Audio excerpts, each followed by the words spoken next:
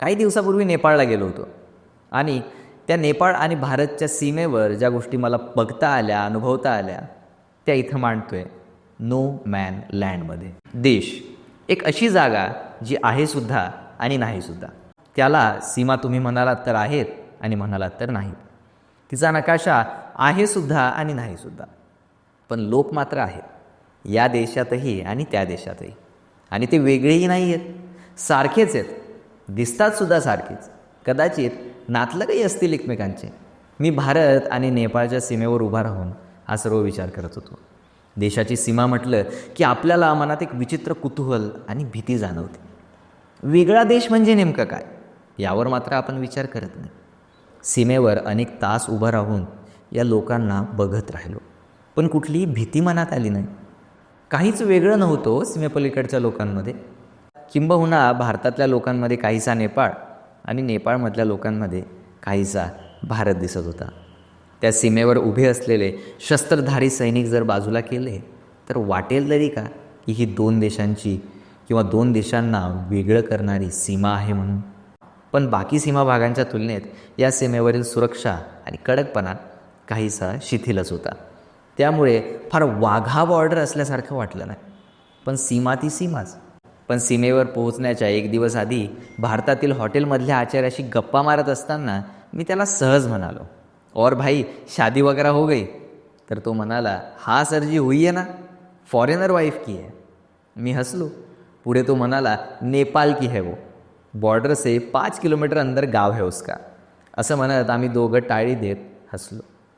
हा प्रसंग त्या सीमेवर उभा असताना मला प्रकर्षाने आठवला. त्या दिवशी शुक्रवार होता आणि स्थलांतर करणाऱ्या लोकांच्या लोंढ्यांसारखे भारतातले लोक ती सीमा ओलांडून नेपाळमध्ये जात होते. हे सर्व बघणं नवलाईचं होतं. शुक्रवार म्हणजे त्यांचा आठवडी बाजाराचा वार असतो हे मला नंतर कळालं.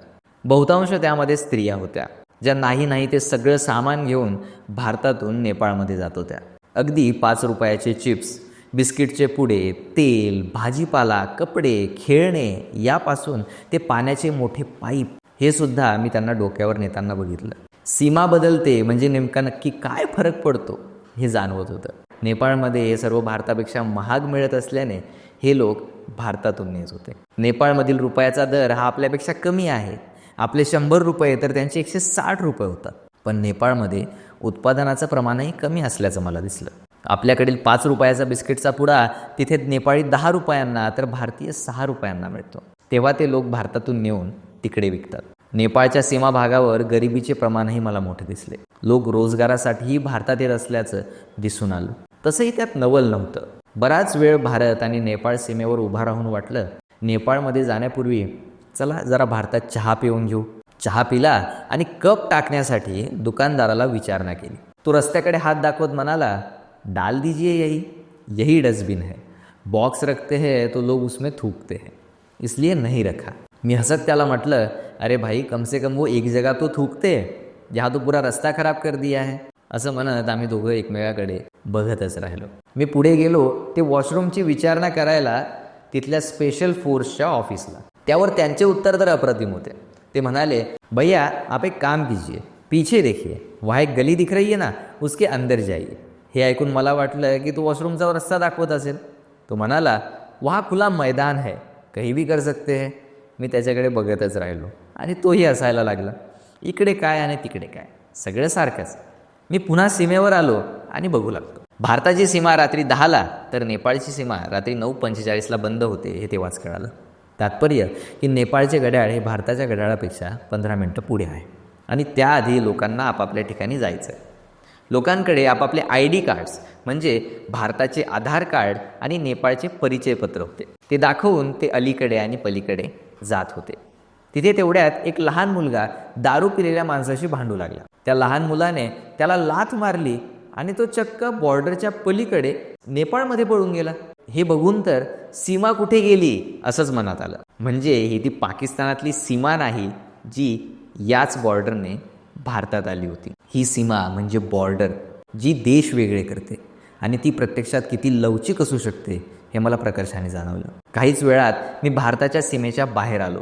पण याचा अर्थ मी नेपाळमध्ये होतो असं नाही, तर मी होतो भारत आणि नेपाळच्या मध्ये, जो कुठलाच देश नव्हता.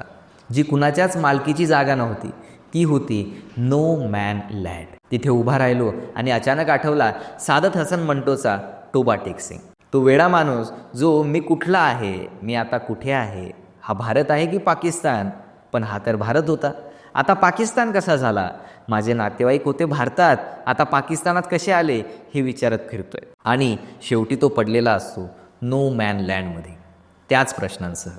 पूर्वी नदी, जंगल, एखादी डोंगररांग होती या देशाची, प्रांताची सीमा. आता इथे असं नैसर्गिक काही नाही, पण आपल्या डोक्यात एक रेष आहे, एक ठळक रेष, जिला आपण सीमा या नावाने ओळखतो. ती बनवते दोन वेगळे देश.